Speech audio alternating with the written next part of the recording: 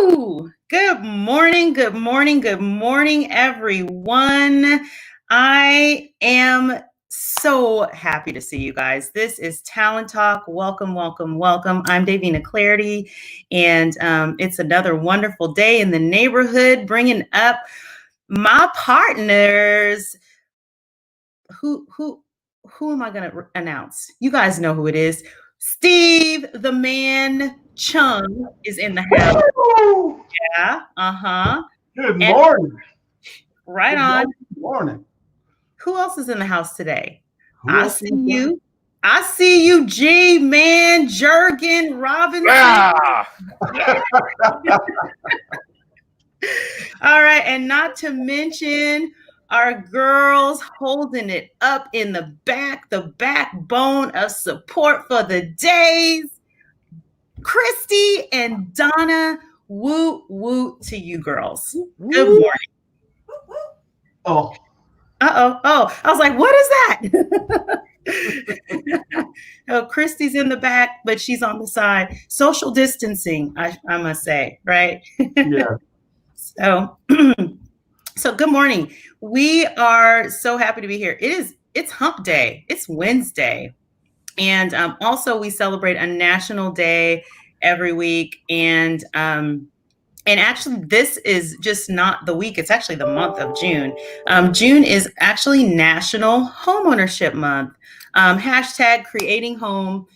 We are the month of June is celebrating Americans in regards to national homeownership. And by becoming homeowners, Americans are just one step closer to the American dream. And actually sharing those experiences can help others looking for what it feels like to be a homeowner. It can help them also do the same. So all month long, actually, the National Association of Realtors is actually celebrating this day as well and recognizing the new era of homeownership and recognizing the people, the policies, and the programs that are hashtag creating home now and into the future. So, so I want to say that. Yay, homeownership. It's amazing. And that will bring us into our actual question of the day. I said the question of the day. That's easy to say. I know, the question of the day. And our trivia question is: the U.S. Department of Energy recommends replacing a furnace that is older than how many years? That's interesting because we do home inspections, and here we get that home inspector that says the furnace is at the end of life, don't we? Like all the time. All the time. Mm-hmm. So again, today's trivia question is: the U.S. Department of Energy recommends replacing a furnace that is older than how many years? And the answers are: is it A, 1 year? Help us all.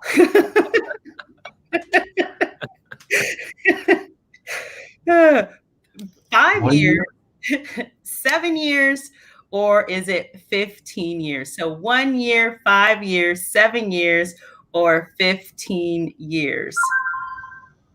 Could you imagine if it was 1 year every year? Yeah. Yes. Yeah. And I think the poll may, Donna just showed me, the poll may say 10 years as opposed to which years? 7 years. As opposed to 7 years. So it says 1, 5, 10, or 15? Yes, on the poll on Facebook. Oh. Now we know what is wrong. Oh, okay. All right. So is it 1 year, 5 years, 10 years, or 15 years? So what do you guys think? I'm guessing the latter. I'm going 15 on this one. now, I do know it's not 1. Right. I do know that. And certainly I have my educated guess, but I'll hold that to myself. Mm-hmm. All right. Well, we shall see. So moving along. Oh, Charles. Chuck, that's not an option. Sorry. We just removed your answer from the stream. Gotcha, Chuck. All right. Well, about this time, typically what we'll do is we always do an introduction. Actually, even before we get there, how are you two doing? Good. I have to be honest. I got up right before we started. I literally got up out of my chair and I was going to run out the room. And then I was like, oh my gosh, we're on. You didn't. I don't know if you missed that or not. I'm fabulous though this morning. It's a great week. We got lots of good things happening in the marketplace. I just see things picking up, which is always great to see.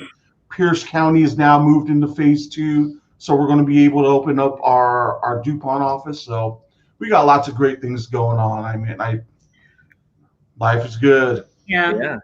I was going to say, I'm almost, with the offices really reopening back up and us doing Talent Talk at this time, I'm going to really need to start setting back up in the office again, which is weird because I've almost gotten way too comfortable with this being the setup. I mean, I've even got I think it was like $30, went and got this microphone stand. So it looks like I'm almost professional. Oh my gosh. Man, now I got to figure out how. Almost, Jurgen. Almost. I mean, but you still see me. So we know that can't be true. So that's intentional, having the microphone hanging into the camera view. Well, not necessarily, but if since I'm talking, the screen is wide. So if I'm actually talking into the microphone, it has to be somewhere in front of me. So yeah, it's not necessarily. But yeah, let's just say I'm doing it because I want to look professional. Okay. All right. Well, you know what? Normally about this time we just do a little bit of introduction. We talk about what's going on a national scale on holiday or more often the day of the day of the year. There's been a lot that has been going on as well, and we've all been working through what it means in our lives. We have people impacted by it. The very first thing we started this whole Talent Talk based on what was going on with COVID-19. We wanted to make sure that we had connection and we were trying to be support and really be there with everybody. And in the same side, everybody has been so incredibly gracious and good to feel that support back for us in what we're doing. There's been and along the way, we've really done different things with the shows. And one of those has been working through headlines just to keep everybody informed and keep conversations going. Over the past 2 weeks, there have been some things that have been going on a national scale. It started off maybe a little bit smaller, and many times when it's kind of occurred or flared up a little bit in the past, it's gone away. And maybe at the beginning, it felt like that is something that might be there. And do we want to tackle in and do something bigger? Or, we didn't know really what direction things were going there. As especially last week and through this week has progressed, we've seen it rise on the national scale. And really, I can say on a part like with me, I've seen it really impact a lot of people that I know and care about. So just wanted to don't want to get too far into things, but I thought it'd be helpful to at least read something. We're all realtors in our office, and just as we don't want to ignore what's happening, and we want to let you know that we're there, we do care. And I just wanted to read a special message. It's a special bulletin from the Washington Realtors. And it's a special message from the Washington Association of Realtors President Kitty Wallace and the CEO Steve Franks. But I can say we definitely affirm the message inside of there, and it really is one closer of understanding. So if you would indulge me just a moment on reading it, I just wanted to do that for you. The appalling and senseless death of George Floyd on a street corner of a great American city, captured on video for all Americans to see, is a terrible tragedy that has sparked a painful but necessary national examination of the systematic social injustice and institutional racism that continues to plague our nation. Washington Realtors, like so many others, has struggled to find words to express our sympathies for Mr. Floyd's family and to make to make a meaningful contribution to the ongoing national conversation about justice and equality. We know that any words we choose will be imperfect, imprecise, and inadequate. But we feel we must speak. And so, with great humility and respect, we add our voice of support to all those who are speaking up.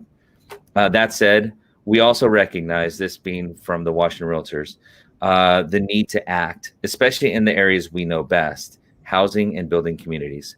Washington Realtors will continue acting on our dual commitments to fair housing and building an inclusive association that we began well before the COVID-19 pandemic hit. Today, we have confirmed our partnership with the National Association of Realtors to make fair housing awareness and compliance top of mind for every broker in Washington. For example, we will be piloting several new programs designed to incorporate implicit bias training for realtors and to develop ways to better ensure accountability when interacting with consumers. We also expect to increase understanding of the role that federal, state, and local governments have historically played in creating and maintaining housing discrimination in communities all over Washington, excuse me. We hope these programs will become models for the nation, and we have committed the resources to advance them. We appreciate that many in our minority communities see specific roadblocks to home ownership that others may not see. Homeownership helps bring financial security and generational wealth to families in our state and nation, and the legislature must do more to expand those opportunities to our minority communities. Washington Realtors will support those efforts in any way we can. In sum, our goal is to take tangible and meaningful steps to promote fair housing and racial equality in Washington state. So, we definitely stand with those remarks. We want to affirm those and, let you know that we see what's going on, and we want to stay very sensitive to that and just be in understanding. And we don't necessarily have to have call for conversation, but anything prior to that statement, wrapping, anything you guys want to add to that? No, I think it was well said and well put together. So, Yeah, we all can do our part, and it all starts from the heart.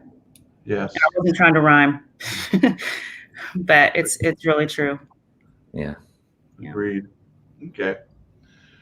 And All right, guys. Ashley, I know you kind of popped in there just a little bit late, so don't want to put you on the spot there, but I know definitely have had conversation through this, and there's a national conversation going on, and as much as anything with us, we just and if I can say this on behalf of all of us, we just want to let you know we're praying for everyone out there, that just understanding, and just we really truly do love you all, and we just want to make progress.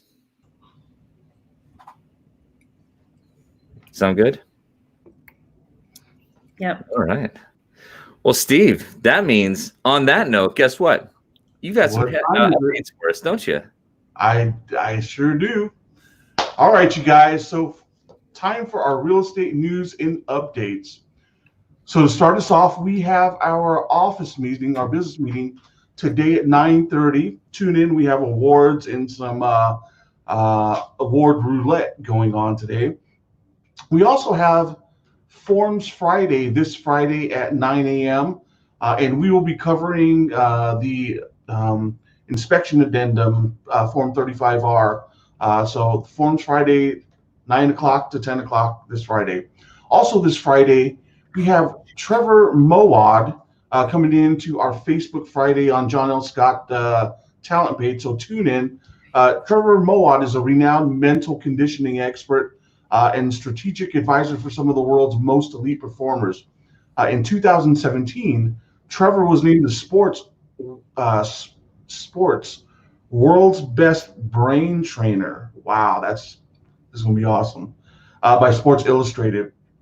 From Fort Bragg to Harvard Business School, From elite quarterbacks to top-level CEOs, Moad's mission is clear: to motivate and to be motivated.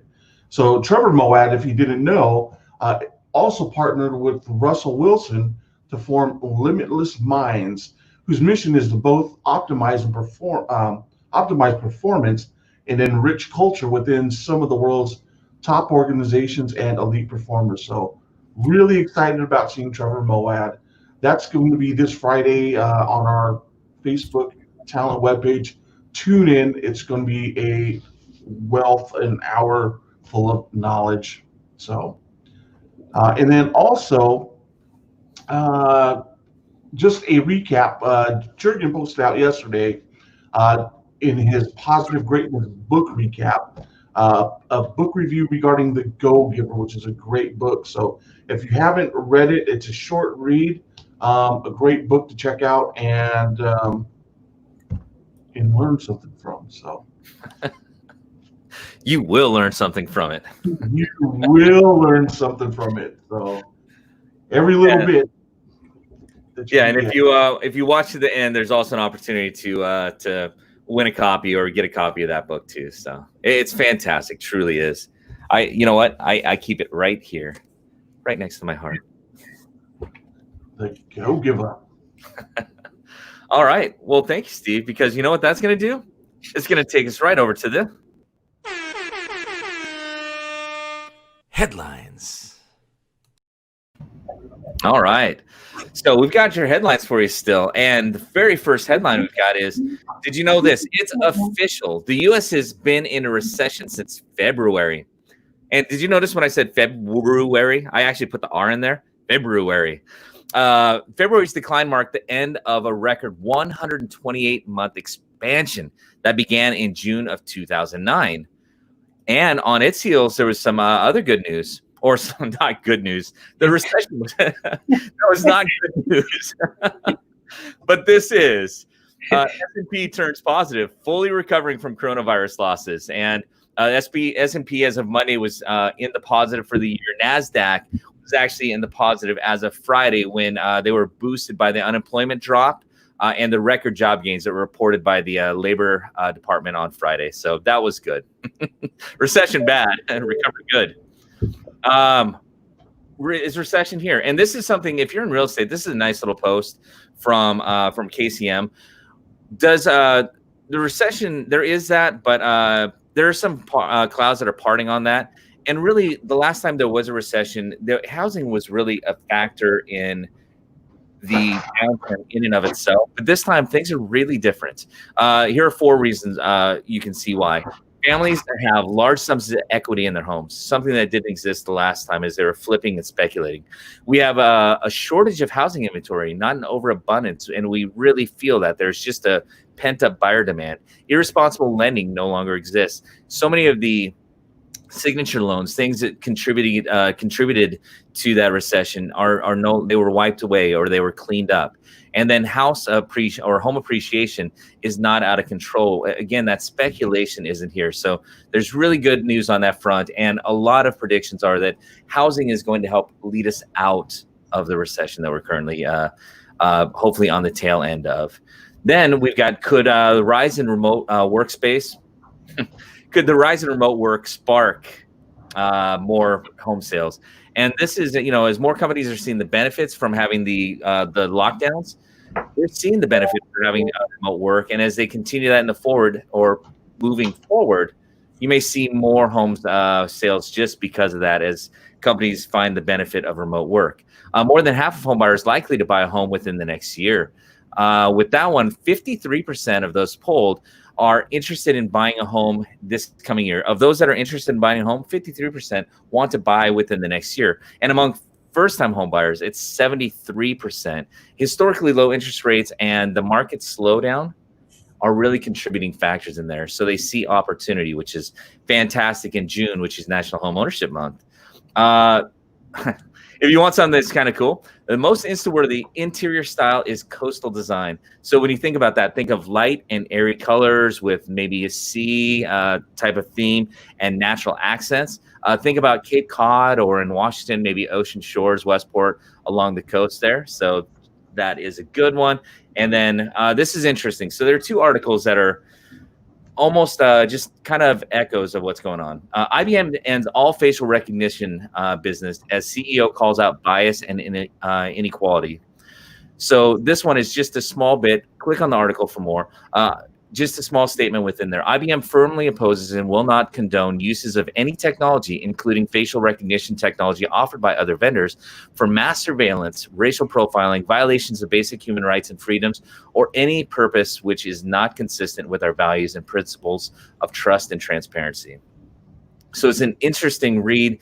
And again, you're hearing echoes of what's going on kind of rippling through.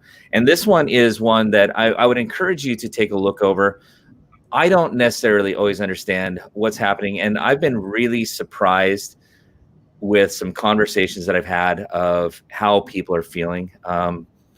But you know, 4 things that your black employees and coworkers wish you knew, and how you should offer allyship and support. This isn't telling you what you need to do or anything else, but at least is a little bit of insight that you might take into consideration. This is from Khalil Smith, Vice President of Research Consulting and Practices at the Neuro Leadership Institute, a learning and consulting firm that has worked with Microsoft, IBM, and other large companies. He's a Black business leader, and he's been getting a lot of questions directed his way about this moment, particular moment in history. So during this, he just wanted to say, and again, I don't want to go over on here, but I do want to encourage you that you might take a peek at this article just for a little bit of a different perspective on it. He just wants people to know that as there's a Black community in there, you know, people of color are not monolithic. There are 4 things he kind of touches on within. People of color are not monolithic. Not everybody has shared the same experience, feels the same. So we want to be sensitive to individuals just like we would be with anybody. This isn't new. A lot of people are feeling this even within the community. Both Black and white outside of. There's been things that this is exposing and helping create a new understanding. Many are having a tough time working. There's a lot of processing going on. There are different feelings and perspectives that are being changed.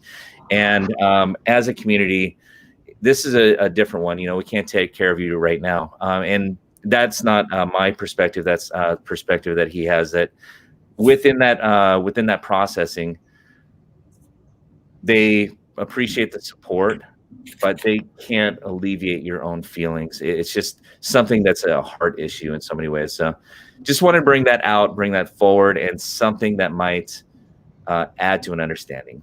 All right. Then moving on from there, such an easy transition, right?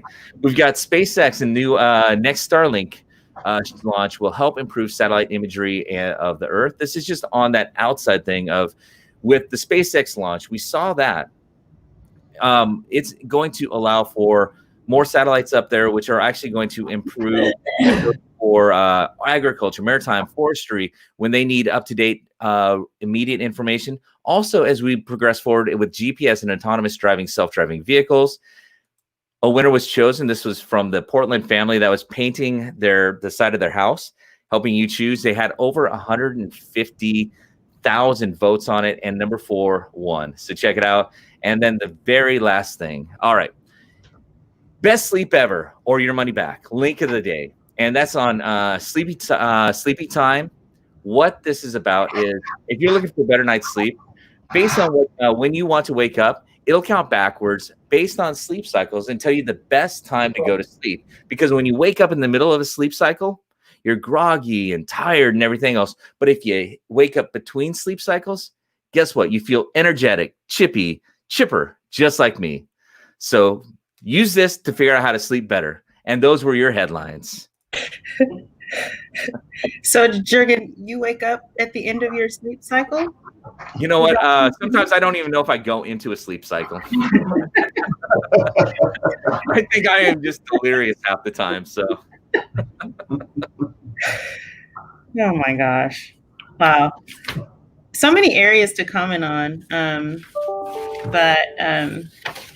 Yeah, interesting. I mean, like literally from the rise of remote work to more home buyers buying homes, and the facial recognition, that one was a real interesting one because I thought facial recognition was for security purposes, not for racial profiling, but things that make you Right.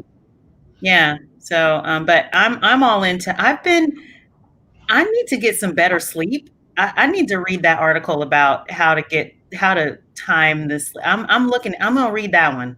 Maybe Yeah. I'll read it before I go to sleep. Oh, it's super easy. It's not even a read. All you do is you put in the time that you want to wake up, and it gives you, in this case, it actually gives you 4 different. I said I wanted to wake up at 4 in the morning. So it said if I wanted to wake up between sleep cycles, I needed to fall, not between, between. I need to fall asleep either like at 7 o'clock, 8:30, or 10 o'clock or 11:30. If I fall asleep during those times, 4 o'clock will be between sleep cycles, not in it. So I'll wake up feeling better, refreshed. So you're saying if you went to bed at 11:30, you could wake up at 4 a.m. feeling refreshed? Let's just say more refreshed than if I woke up in the middle of a sleep cycle. Okay. Like I said, I think half of this is delirium. So, Interesting. Yep. So when you guys wake up with the alarm, do you guys wake up to music, sounds, or like a loud, obnoxious bell? Oh, I could not wake up to a loud, obnoxious bell. That would just, my But it heart would wake you out up. of my chest. Yeah, I wake up to. I have my alarm set on a radio station, and so I wake up literally to music, or it's talking, and it's very, very low, super low that my husband sleeps through my alarm. Wow. So I don't even have to turn my alarm on, and he stays asleep. I'm a very, very, very light sleeper. I can hear a pin drop, and I can wake up. Yeah, I use a sleeping, a little sleeping app. I don't know that it actually works. It's Pizziz, and they kind of talk you into sleep. Again, I don't know that it actually works. My wife has gotten used to it, and the alarm when it goes off is kind of a raising alarm. So it starts off at a lower tone and then raises up from there. If I turn it off just one time and I don't use the snooze, she'll normally sleep through that. I get in trouble when I let it go 2 or 3 times or longer. Like yesterday. She said, like yesterday. I heard that. Like yesterday. Oh, funny. So the iPhone has like a little bird one. Raul hates it. And sometimes I think, I don't know if it's the alarm or birds outside, but yeah, you should find it. It's very calming, little birds chirping. What's Raul got against birds? I don't know. But he does like the beep. And so anyways, apparently we need to have a conversation. Yeah. Yeah. Say your new alarm is better than Alexa's because you used to say Alexa's snooze or Alexa's off Alexa? or Alexa. Yeah. I only did that for a very short time. I don't even want to talk about that. Thank goodness I wake up before Jerry because Alexa was going to be out the window. Alexa off. And I'm sitting here asleep. Alexa off. Alexa snooze. Shut up, Alexa. Yes. Stop Yes. talking to me, Alexa. Alexa was going to be in the backyard. Well, do you really want to do that? He'll just have to yell louder. That's right. Yeah. I still hear you, Alexa. Shut up. All right. You know the issue. His alarm should be on his side of the bed. He's yelling over you. Alexa. Davina, tell Alexa to shut up.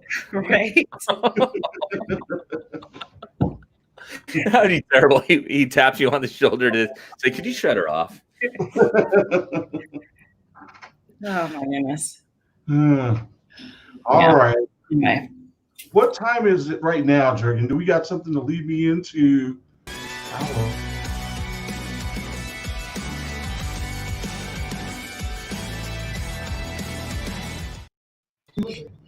Yes, we do. All right, you guys. As always, we've got your tip of the day. So today's tip, we are going to be talking about business spotlights, or local business spotlights. So through this whole pandemic, local businesses have took a really huge hit. A lot of them have gone out of businesses, and a lot of them have really struggled to really keep their doors open. Some of the big box stores, the Walmarts, the Costco's have done really great, and people have been flocking to those. But what we really want to encourage you to do is really focus in helping out some of the local businesses. So go visit, shop, whatever it is you do a local business spotlight. Take your camera, maybe take some pictures, and even better yet, do a video spotlight of some of these businesses.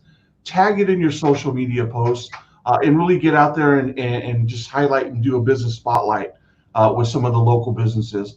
I know some of the local businesses that we visit. We're just kind of getting out there, helping them build their business by taking pictures and doing a social media spotlight, like a video of you eating over there, and then tagging them. So do a social media spotlight with some of your local businesses and support local small businesses within your community.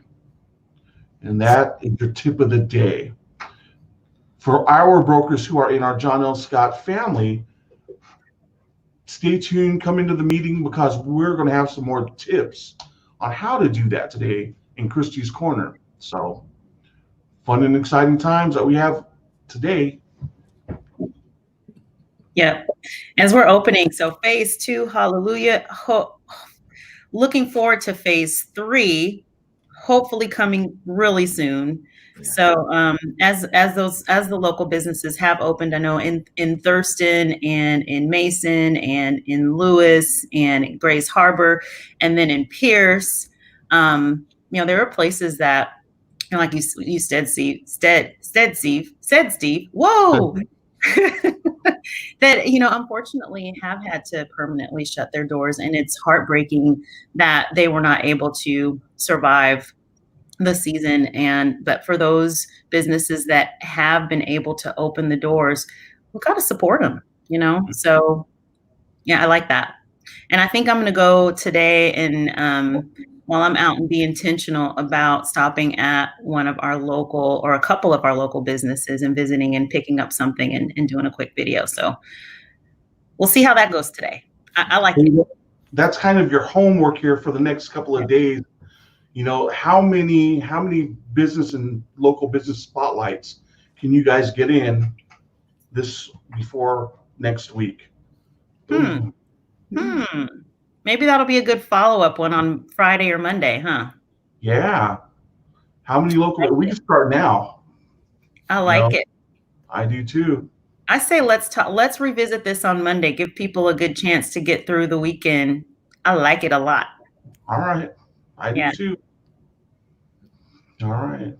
It's a great idea. You just sit here and talk about and create. So do it. Do it. Do it. Yeah. Do it. Oh, okay. What's the trivia question again? The U.S. here. You know what? I'm going to ask here. You know what? And I know this is like totally off script. I don't even think we have a script anyway. But someone has been sitting and listening to Talent Talk, and this is the first time that they've been sitting and listening to Talent Talk. You know what? Come here. It's a surprise. Oh. In my house. Oh, here we go. Look at here. Oh, that's who I thought it was. Hi, Mom. This is hi. Hey. All right. That's Ashley. Hi, Ashley. Oh, and Jurgen and Steve. Wow. So this is my mama. This lady is amazing. She is. Can I tell them how old you are or how young you are? Yes. How young are you? 82. She is 82 years old. She is going on 83. There's Donna. Oh, hi, Donna. Yeah. Hi, Mom. Hey.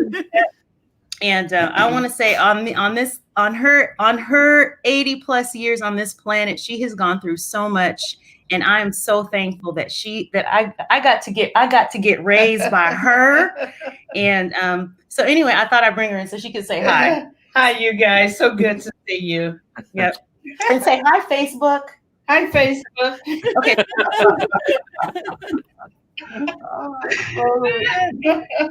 Thank you, Mama. Okay.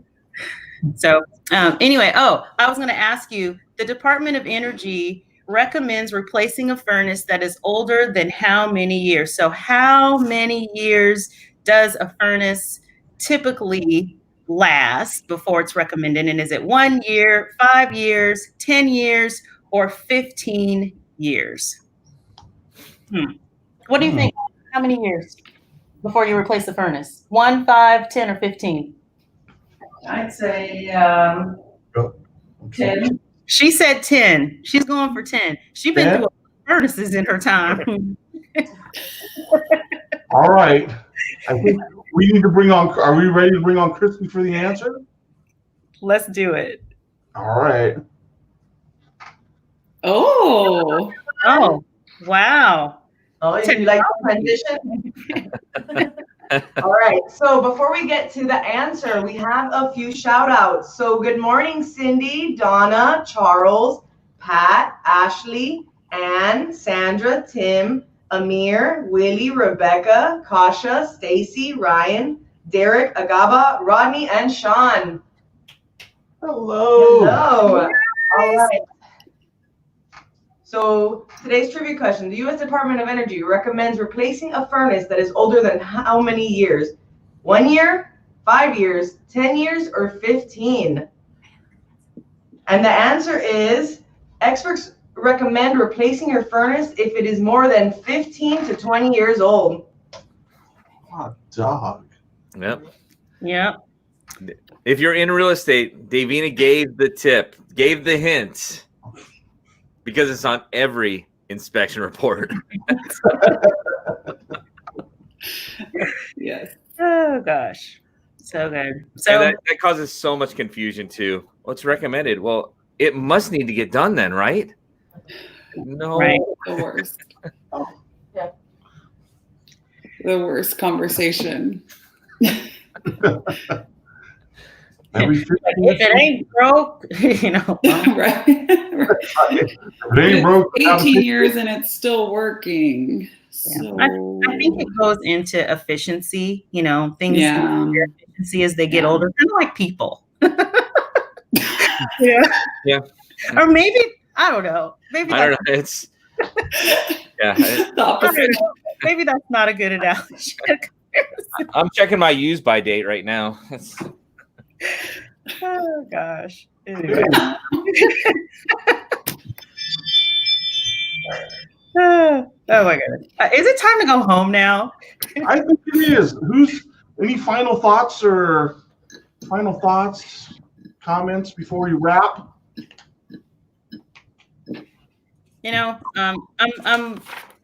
I'm really looking forward to just what we're in a really tough season right now, and the silver lining is that we are better together, and we just need to stand together, and it's better on the other side. I'm just waiting and praying and believing and always staying positive. So that's my feeling today.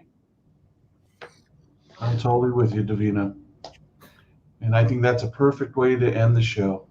So with that, we want to thank you for tuning in to Talent Talk. We will be back Friday for your viewing pleasure. On the count of 3, we'll wrap it up. 1, 2, 3. Be bold! Bold. Woo! Woo! Bye, guys.